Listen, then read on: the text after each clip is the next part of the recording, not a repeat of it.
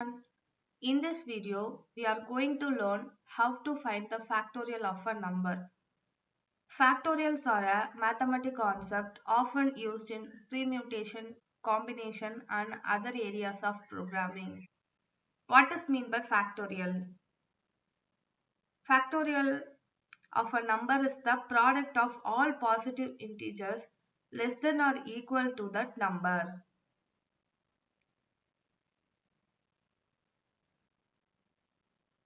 Imagine you are arranging 5 different colored balls in a line. How many ways you can do it? The answer is 5 factorial, which means there are 120 different ways to arrange them. Let's see how factorial works. See, I get 5 factorial. 5 into 4 into 3 into 2 into 1 equal to 120. We have to multiply the numbers from starting n to the given n numbers. For this identification of factorial, we have to use three approaches. First one is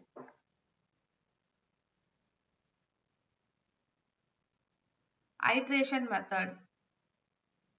What is mean by iteration method? Iteration is the process of repeating a set of instructions in a loop until a specific condition is met.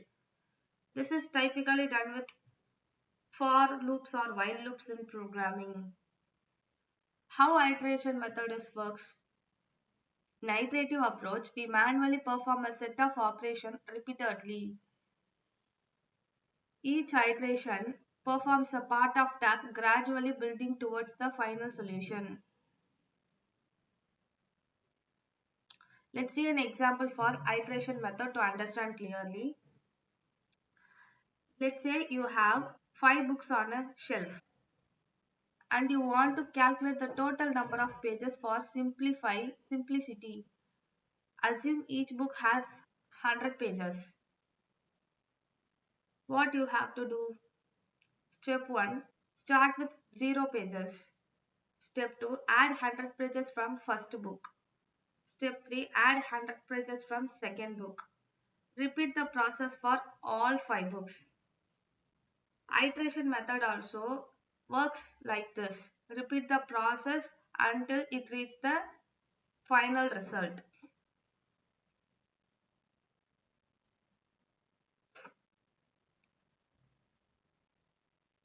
Come, let's see how to code in iteration method to find the factorial. First, you have to understand the question. Give a positive integer n. Find the factorial of n numbers. Example, n equal to 5. We have to solve the example for what is factorial using n 5 factorial number. See, the output is 120. For n factorial number, 24. Come, let's code. First, I have to create a variable for 1. I use for loop. For int I equal to 1. I lesser than or equal to n. The loop until reach the n. And I have to increment the process. Now I calculate the factorial result.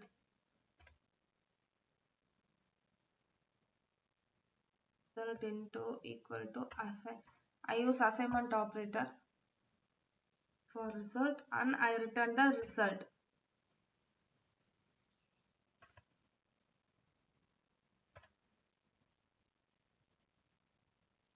And result. Let's say compile and run.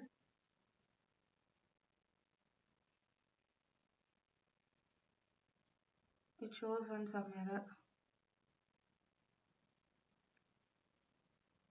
See, the result is came. What are the mistake I done means In this place n, I used just small letter n instead of capital letter. Why we have to use iteration method? It is a straightforward method. Iteration is simple to understand and implement. Efficient for small, well-defined problems where the number of iterations is fixed or easily determined. Less memory intensive. It does not require additional memory beyond the loop itself.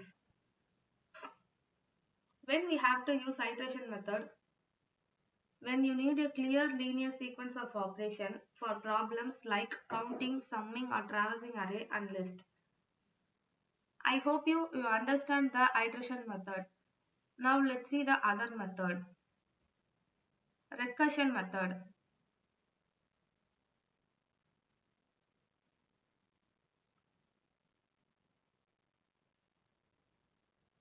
Recursion is a technique where a function calls itself in order to solve a smaller version of the same problem. Each call to the function is stacked on top of the previous one and the final solution is reached when the base is met.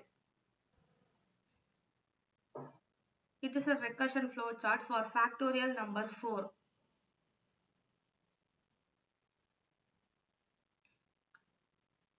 How recursion works means recursion involves breaking down a large problem into smaller, manageable problem until you reach a base case, the smallest subproblem. Each recursive call solves a part of the problem and passes the result back up the stack until the original problem is solved. For example, think of recursion as a climbing down a ladder. You climb down one step, but before you finish, you call someone to do the next step for you. This continues until you reach the last step. Then you reverse the process, combining result as you do go back up. For calculating factorial of 5, call to compute 5 factorial. It calls 4 factorial. For factorial of compute 4, it calls 3 factorial. For 3 factorial computes, it calls 2 factorial. 2 factorial calls 1 factorial. The base case 1 factorial equal to 1 is reached and now the result are combined as U2 return from each recursive call.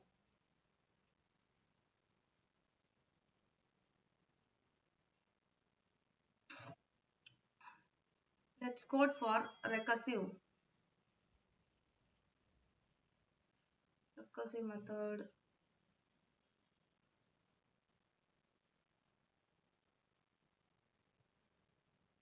I put factorial recursive.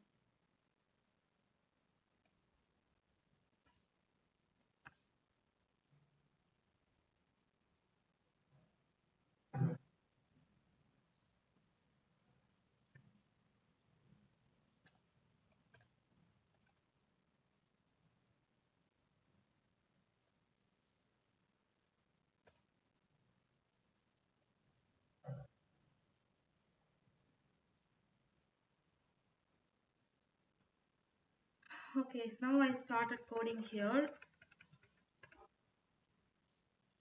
I use if loop if n equal to 0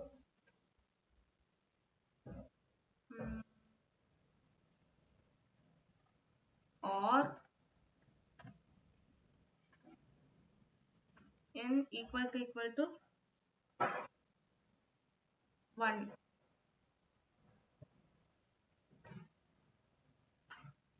I still return 1.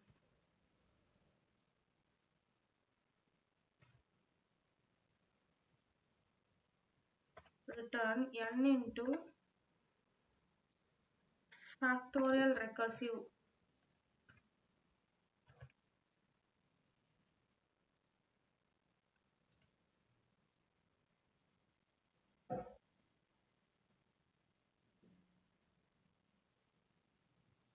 N minus 1. Now we have to compile and run.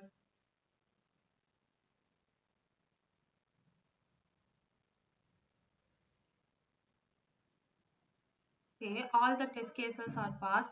What the mistake I should means here I put a recursive. No, it's shown error for now. Error for compilation. So why we use recursion? It's elegant and innovative. Some problems, especially those that can be naturally divided into subproblems. Example, tree traversal, Fibonacci sequence are erased to express with recursive. Clean code. Many problems like searching in tree or graphs can be elegantly solved with recursive algorithm, resulting in less code. Did you know when we have to use recursion? When the problem can be naturally divided into smaller subproblems, example factorial, Fibonacci, sorting algorithms like quicksort or merge sort. When the base case and recursive steps are clear and not and well defined. For tree and graph traversal, where recursive call mimic the natural hierarchical structure. I hope you understand that recursion. Next, we have to see the memoization method. What does mean by memoization method? It is an optimization technique used to improve the efficiency of recursion algorithm by sorting the result of expensive functions calls and returning the cached result when the someone same input occur again. How it works? This is the memoization process. When a recursive function calculates a result, it saves it in a data structure like an array or hash tables. If the same recursive function is called with the same input, the stored result is returned instead of recalculating it. Example, imagine you are asked to calculate the Fibonacci sequence for a large number like 50 without memoization. You would repeatedly recalculate the same values, loading the indifferent and reabundant work. With memoization, you store previously computed Fibonacci values in any array and reuse them, significantly speed up the calculation. For calculating, check if the result is in the array, example memo of n. If not, compute the value recursively and store it. Return the stored value if it is available. Let's try to code for memoization. Mm,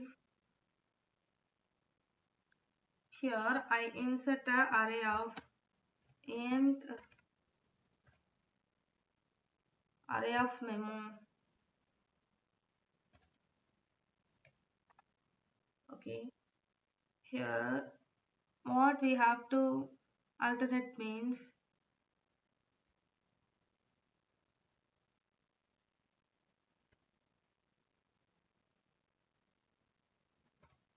if memo of n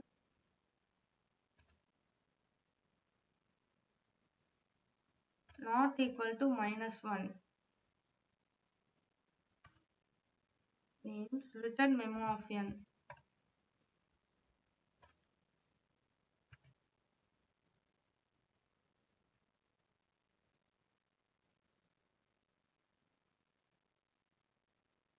Now memo of n equal to n to factorial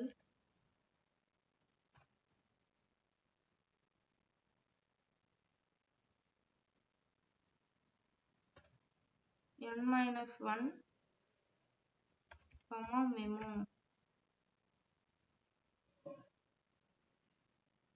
Store the value. This line is used for store the result in memo.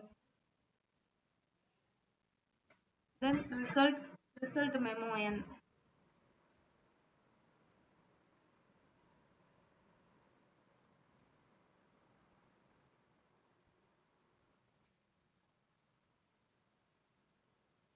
Return the result of memo n. Let's 11.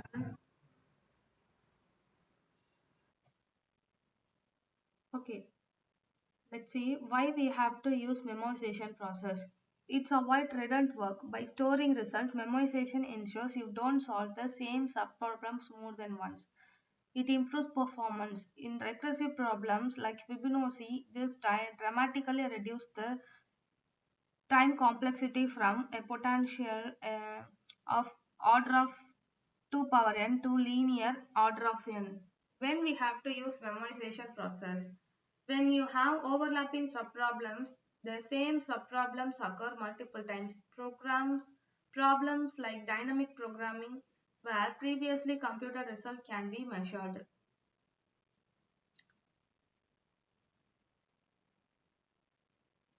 Comparison of iteration, recursion and memorization. In iteration method, linear problems will fixed number of steps.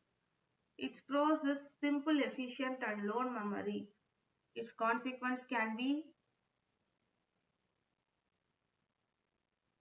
verbose for complex problems. For recursion, problems naturally broken into subproblems. Its pros is elegant and readable. Its consequence can lead to memory overhead and stack overflow. Memorization, recursive problem with overlapping subproblems, great for optimizing recursion solutions. Consequence, use additional memory. So in this video, we learned three ways to calculate the factorial of a number in Java: an interactive approach, a recursive approach, and an optimized memorization approach.